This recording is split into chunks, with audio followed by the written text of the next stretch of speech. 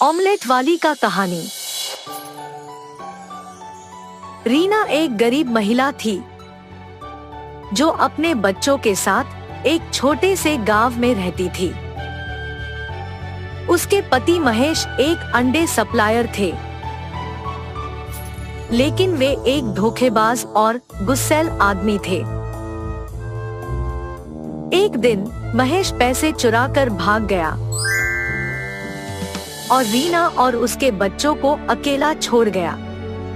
रीना को पता था कि उसे कुछ करना होगा ताकि अपने बच्चों को पाल सके।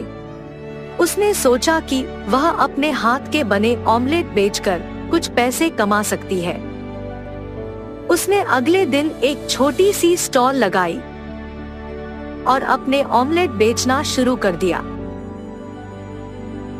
रीना के ऑमलेट बहुत स्वादिष्ट थे और जल्द ही लोग उन्हें खाने के लिए आने लगे। रीना के बच्चों ने भी उसकी मदद की। वे स्कूल से आने के बाद स्टॉल पर आते और ऑमलेट बेचने में उसकी मदद करते। धीरे धीरे रीना का काम बढ़ने लगा। वह हर दिन अधिक ऑमलेट बेचने लगी और उसकी आमदनी भी बढ़ने लगी। उसने अपनी स्टॉल को एक छोटी सी दुकान में बदल दिया। रीना की सफलता ने महेश को गुस्सा दिलाया। वह रीना को नुकसान पहुंचाने के लिए कुछ करने की योजना बनाने लगा। एक दिन उसने रीना की दुकान के लिए लाइसेंस रद्द करवा दिया। रीना को बहुत दुख हुआ, लेकिन उसने हार नहीं मानी। उसने अपनी स्टॉल फिर से लगानी शुरू कर दी।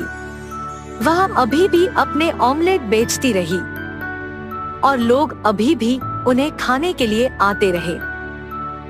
एक दिन एक बड़ा रेस्टोरेंट मालिक रीना के ऑमलेट का स्वाद चखने के लिए आया। उसे ऑमलेट बहुत पसंद आए और उसने रीना को अपने रेस्टोरेंट में काम करने का प्रस्ताव दिया। रीना बहुत खुश हुई। उसने रेस्टोरेंट में काम करना शुरू कर दिया और जल्द ही वह एक प्रसिद्ध शेफ बन गई। रीना की कहानी एक प्रेरणादायक कहानी है। यह दिखाती है कि कड़ी मेहनत और दृढ़ संकल्प से कुछ भी हासिल किया जा सकता है। रीना ने अपने पति के धोखे के बाद भी हार नहीं मानी। उसने अपने बच्चों के लिए एक बेहतर भविष्य बनाने के लिए कड़ी मेहनत की और अंत में उसे सफलता मिली। डब्बा वाला।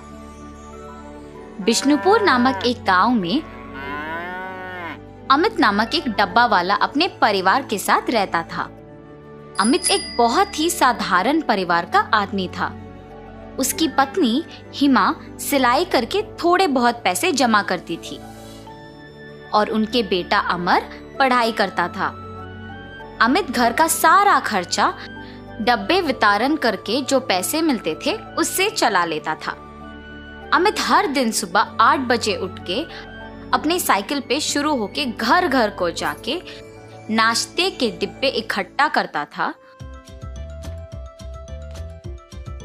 और उन डिब्बे में से कुछ पाठशाला में, कुछ कारखानों में समय पर पहुंचाता था। ऐसे ही हर दिन बहुत डब्बे वितरण करके डब्बे के 10 रुपए लेता था। आए हुए पैसों के साथ अपने बेटे को एक अच्छे स्कूल में पढ़ाता था। अमित जिस स्कूल में डब्बे पहुंचाता था उसी स्कूल में उसका बेटा अमर पढ़ता था।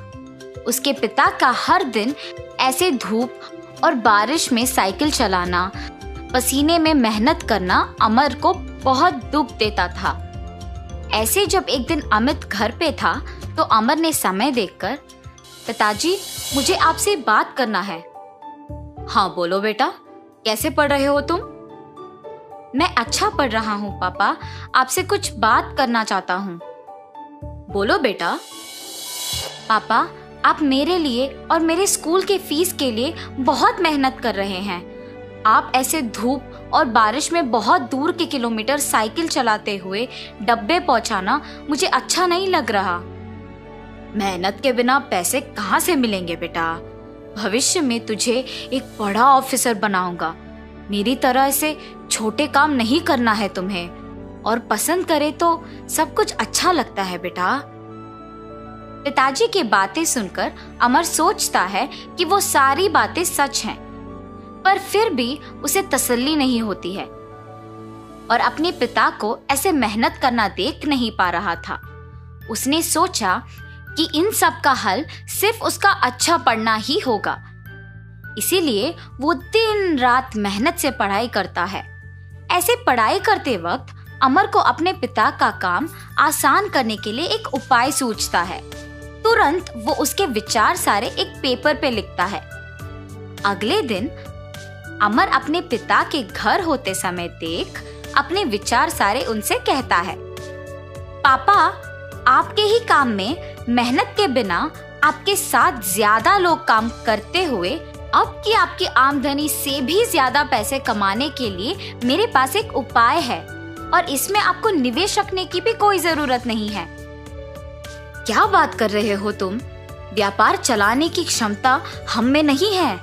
जाओ जाके पढ़ो बेटा। ये क्या बात हुई जी? पहले सुनो तो सही कि वो क्या कहना चाहता है।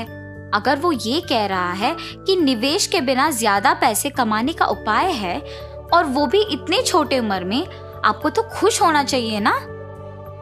मेरी बात तो सुनिए पिताजी, सच्ची में ये मुमकिन है। ठीक है, बोलो, मैं भी अब तो जानूं ये कैसे मुमकिन है। और ऐसे अमर अपने पिता को उसके विचार बताना शुरू करता है। पापा, हमारे गांव में कुल मिला के 350 परिवार है। आपके गिनती के अनुसार डब्बा देने वालों के परिवार में कारखानों में काम करने वाले, सरकारी कार्यालय में काम करने वाले, स्कूल और कॉलेज जाने वाले होंगे। इसीलिए उन सारी जगहों में मैं अपने दोस्तों के साथ नौकरी का मौका है। इच्छुक लोग आवेदन कर सकते हैं। निम्नलिखित पता पे आके अपना नाम और बाकी विवरण देके नौकरी तुरंत शुरू कर सकते हैं।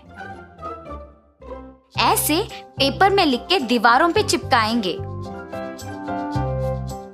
उसके बाद जितने भी लोग आते हैं उन सबको यही काम समान रूप से विभाजित करेंगे। महीने के अंत में आए हुए पैसों में आधा हम उनको दे देंगे और आधा हम रख लेंगे। ठीक है, तुम्हारे गिनती तो मुझे समझ नहीं आ रहे, पर इसे हम ईमानदारी से कोशिश करेंगे। पढ़ाई का ज्ञान तुम्हारा है बेटा, और जिम्मेदारी का डर है मेरा। मैं ये नहीं कह रहा हूँ कि तुम्हारा सोच गलत है। तुम जाके तुम्हारे दोस्तों के साथ दीवारों पे नौकरी का अवसर के पेपर चिपकाओ, उसके बाद हम देखते हैं कि क्या करना है। ऐसे कहकर अमित वहां से चला जाता है। अपने पिता का दिया हुआ अवसर देख अमर अपने दोस्तों के साथ स्कूल, सरकारी कार्यालय, कारखाने, कॉलेज जैसे जगहों के बाहर उन पत्रिकों को चिपकाता है। और इतना ही नहीं, वहां पे लोगों को भी उसने बताया कि उसके पिता ने एक नया व्यापार शुरू किया और उसमें नौकरी का अवसर है।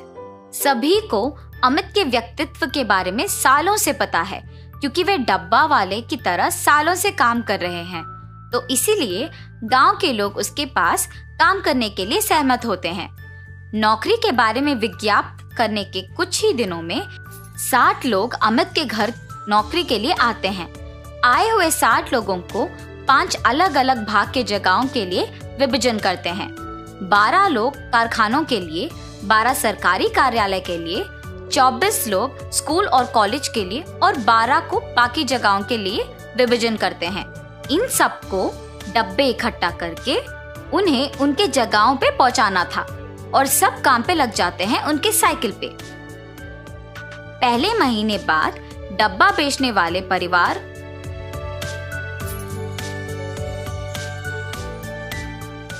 उनको उनके महीने का पैसा 600 दे देते हैं।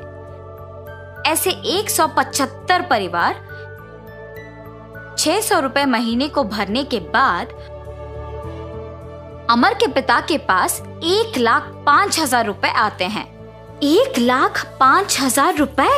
उसमें से आधा तो हमारे साथ काम के कर्मचारियों को देने में ही जाएगा। फिर भी 52,500 रुपए तो बच जाते हैं।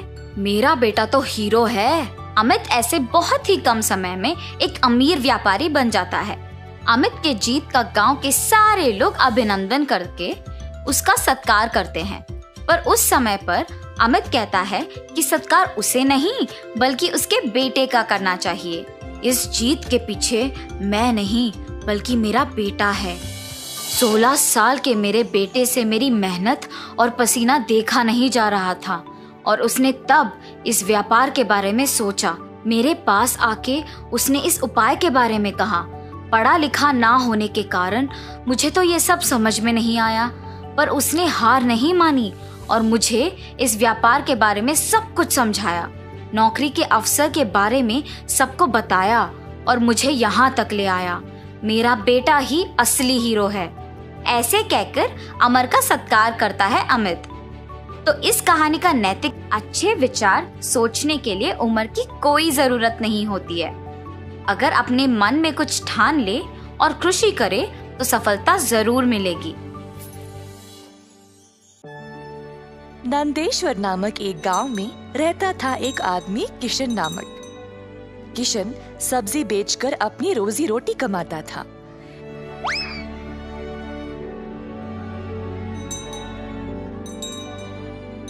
किशन अकेला था तो उसी को खेत जाकर किसानों से सब्जी लाना पड़ता था। अपनी मेहनत की कमाई किशन बहुत संभाल कर जमा करता था, परंतु किशन अपनी कमाई से संतुष्ट नहीं था और कुछ अच्छा और बड़ा करना चाहता था। एक दिन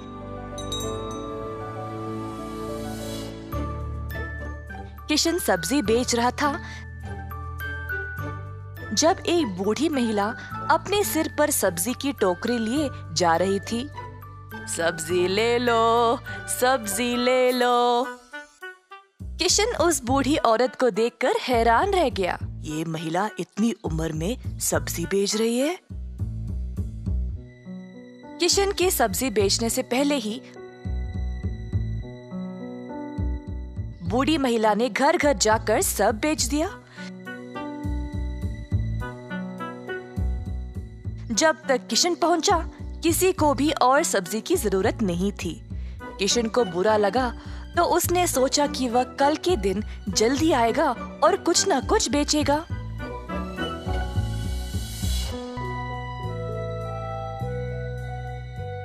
परंतु अगले दिन भी वही हुआ। कुछ दिन बीत गए और किशन जानना चाहता था कि यह बूढ़ी महिला इतनी जल्दी सब्जी कैसे बेच रही थी। तो वह उसका पीछा करने लगा। बूढ़ी महिला को पता चल गया और फिर उसने मुड़कर किशन से पूछा, बेटा तुम मेरा पीछा क्यों कर रहे हो? क्या जानना चाहते हो? आओ पूछो मुझे। मुझे माफ करिएगा, पर मैं हैरान हूँ ये देखकर कि आप सब्जी हर रोज इतना जल्दी जल्दी कैसे बेच रही है। कुछ दिनों से मैं कुछ भी नहीं बेच पाया और मुझे पता नहीं मैं क्या करूं। मैं तो कई सालों से सब्जी बेच रही हूँ बेटा, और मैं इस काम से कभी नहीं थकती हूँ। तो बेटा तुम रोज क्या करते हो? मैं किसानों के पास से सब्जी लेता हूँ और फिर गांव में आकर बेचता हूँ। जो भी कमाई है उससे अपना गुजारा करता हूँ। अब आपकी वजह से कई दिनों से मैंने कुछ भी नहीं कमाया। किसानों से सब्जी क्यों लेते हो? खुद की सब्जी क्यों नहीं उगाते? मुझे मदद के लिए कोई नहीं है। मैं एक छोटी सी झोंपड़ी में रहता हूँ और मेरे पास कोई जमीन भी नहीं है खेती बाड़ी करने के लिए। तुम्हें कोई बड़ी जमीन की जरूरत नहीं है। अपने घर के इर्द गिर्द जितनी भी जगह है उसमें ही तुम सब्जी उगाना शुरू करो। मुझे ये बोलने के लिए बहुत शुक्रिया अम्मा। अब केवल उगाना ही नहीं, अच्छे उर्वरक का उपयोग भी करना, तब तुम्हारी फसल अच्छी होगी। किसान सीधा घर गया और अपने घर के चारों ओर बीज बोने लगा। उसने थोड़ी सी भी जगह जाया होने नहीं दी। उसने जड़ खाने वाले सब्जियां, झाड़ियां, लताओं को बोया। कुछ हफ्तों बाद उसके सब्जियां अच्छे से उगने लगे। किशन ने उनको उखाड़ा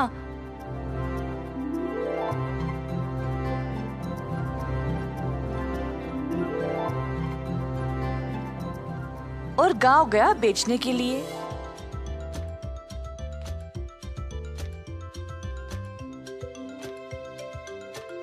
दिन पे दिन किशन को और सब्जी उगने लगी। वह अच्छा पैसा कमाने लगा और सब कुछ जमा करके उसने अपने लिए खेती करने एक जमीन का टुकड़ा खरीदा। किशन अब खेती बाड़ी करने लगा और उसकी फसल अच्छी खासी निकलने लगी। जल्द उसने एक सब्जी की दुकान खोल ली, कई तरह के सब्जियों के साथ। गांव के सारे लोगों को किशन की सब्जियां अच्छी लगने लगी और उसी के पास आने लगे सब्जी खरीदने। किशन ने अब नौकर चाकरों को भी काम पे लगाया और अपनी दुकान को और बड़ा कर दिया। एक साल के अंदर ग्राम प्रधान ने देखा कि कैसे किशन ने मेहनत करके अपने आप को खड़ा किया है। उनको किशन बहुत पसंद आया और अपनी बेटी का हाथ किशन को विवाह में दे दिया। किशन के पास अब एक सफल कारोबार, एक सुंदर परिवार और एक अच्छा जीवन था। अतः थोड़ी सी बुद्धि और मेहनत से उसका सपना पूरा हो गया। एक बार की बात है, रामू नाम का एक लड़का रहता था। वह अपनी दादी के साथ रहता था। क्योंकि रामू के पास उसके माता पिता नहीं थे, इसलिए उसकी दादी ने उसे बहुत लाड प्यार दिया। रामू को अपनी दादी के साथ समय बिताना बहुत पसंद था। रामू हर दिन स्कूल जाता था, घर लौटता था और अपनी दादी की कहानियां सुनता था। जल्दी ही उसने अपनी 7वीं कक्षा पास की। आगे की पढ़ाई के लिए उनके गांव में कोई स्कूल नहीं था, इसलिए रामू घर पर वापस आ गया और अपनी दादी की दैनिक कामों में मदद करने लगा। जब वह घर के कामों में मदद कर रहा था, तब उसने अपनी दादी की मदद से चाय बनाना सीखा।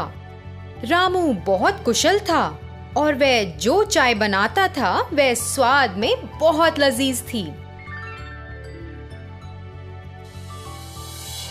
हर बार जब वह अपनी चाय का स्वाद लेती थी तो उसकी दादी उसकी तारीफ करती थी।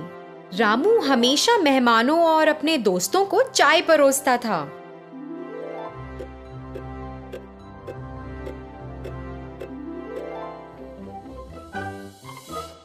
एक बार उसके अंकल दिवाकर ने कहा, आहा रामू, तुम्हारे हाथों में एक जादू है।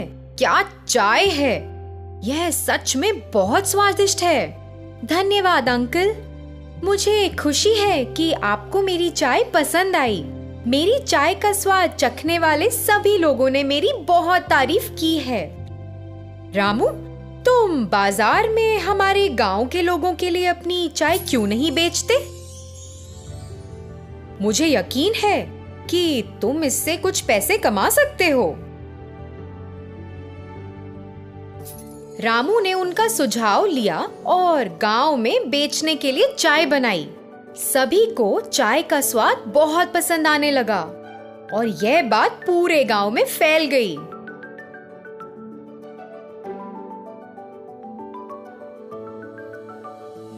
आहा, वाह, क्या चाय है! ग्राम प्रधान ने रामू के इस हुनर के बारे में सुना और उन्होंने रामू को मिलने के लिए कहा। रामू, तुम्हारे हाथों में एक जादू है। तुम्हारी चाय कमाल की है। जी शुक्रिया। मुझे बहुत खुशी है कि आपको मेरी चाय पसंद आई।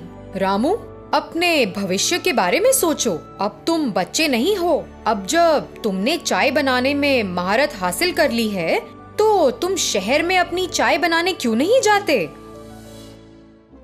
शहर के लोगों को भी अपनी चाय का स्वाद लेने दो और मुझे यकीन है कि शहर के लोग तुम्हारी चाय को बहुत पसंद करेंगे और तुम इससे अच्छा पैसा कमा सकते हो।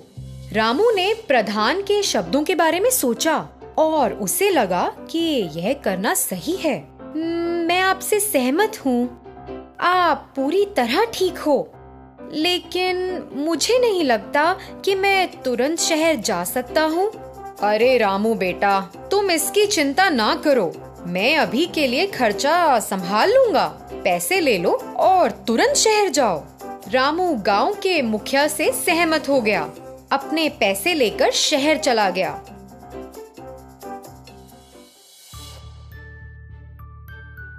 उसने चाय की थड़ी में एक व्यक्ति से संपर्क किया और उससे एक रोजगार मांगा। मालिक ने उसे अपनी दुकान में काम करने का मौका दिया। रामू तो बहुत खुश हुआ कि उसे एक चाय की दुकान में नौकरी मिल गई है। लेकिन रामू को वहाँ चाय बनाने का तरीका पसंद नहीं आया।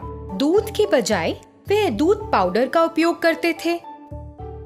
एक अच्छी गुणवत्ता वाली चाय पत्ती के बजाय वे सस्ती चाय की पत्तियों का उपयोग करते थे और कुल्हड़ के बजाय वे प्लास्टिक के कप का उपयोग करते थे। इतना ही नहीं, वे एक विशेष चाय बेचने का दावा करते थे। रामू इसे देखकर एक पल भी वहाँ नहीं रुकना चाहता था और अपने गांव वापस जाना चाहता था। उस घटना के बाद रामू चाय की दुकान के मालिक को देखने गया। सर, मैं यहाँ काम नहीं कर सकता, मैं ये नौकरी छोड़ना चाहता हूँ। क्या तुम्हें तो यहाँ एक भी दिन नहीं हुआ और तुम छोड़ना चाहते हो? कम से कम मुझे कारण तो बताओ कि तुम क्यों छोड़ना चाहते हो। मुझे यह चाय बनाने का तरीका पसंद नहीं है। चाय बनाने के लिए आप जिस दूध का इस्तेमाल करते हैं वह मिलावट है। अच्छा, फिर चाय कैसे बनाई जाती है? हमारे पास रोजाना 20 नियमित ग्राहक आते हैं। क्या वे हमारे चाय के स्वाद को पसंद किए बिना ही रोज आते हैं? अगर हम असली दूध के साथ गुणवत्ता वाली चाय बनाते हैं तो सिर्फ 20 नियमित ग्राहक क्यों? मुझे यकीन है कि हम पूरे शहर को अपनी चाय की दुकान पर रोज पा सकते हैं। मेरे गांव में मेरे द्वारा बनाई गई चाय का स्वाद सभी को पसंद है। ओह, सच में? क्या इतनी कमाल है? ठीक है, फिर आइए देखें आप चाय कैसे बनाते हैं। मालिक रामू को रसोई में ले गया और रामू को यह दिखाने के लिए कहा कि वह चाय कैसे बनाता है। फिर रामू ने चाय बनाने की प्रक्रिया शुरू की। उसने शुद्ध दूध, अच्छी गुणवत्ता वाली चाय की पत्ती, शुद्ध चीनी और प्लास्टिक के कप की बजाय मिट्टी के बने कुल्हड़ का इस्तेमाल किया, जिसने चाय को शानदार स्वाद दिया। चाय बनाने की पूरी प्रक्रिया देखने में शानदार थी।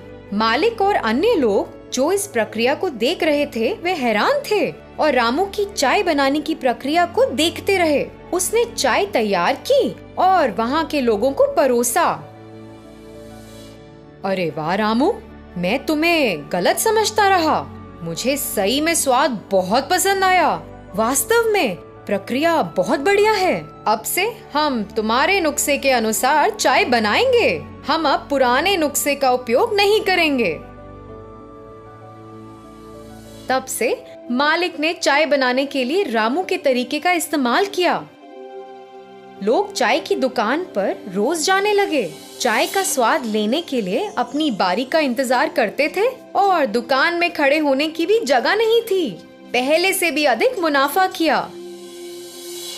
रामू को एक अच्छा नाम मिला, उसके कौशल को पहचाना गया और लोगों ने उसके हाथों में जादू और उसकी चाय के दिव्य स्वाद के लिए उसकी सराहना की। रामू को शहर में एक अच्छा नाम मिला और वह अपने गांव लौट आया। उसकी दादी को उस पर बहुत गर्व था और वे दोनों गांव के मुखिया को देखने गए और उनका आशीर्वाद लेने गए। रामू ने मुखिया से लिया पैसा वापस कर दिया। मुखिया को रामू पर बहुत गर्व था और उसकी कड़ी मेहनत के लिए उसकी सराहना की। रामू को ग्रामीणों के सामने सम्मानित किया गया और जमींदार ने उसकी सफलता की कहानी सभी ग्रामीणों को सुनाई। रामू ने गांव के कई युवा बेरोजगारों को प्रेरित किया। सभी ने रामू से प्रेरित होकर अपने लक्ष्य के प्रति मेहनत करना शुरू किया। किसी ने भी गांव में गरीबी या बेरोजगारी नहीं देखी।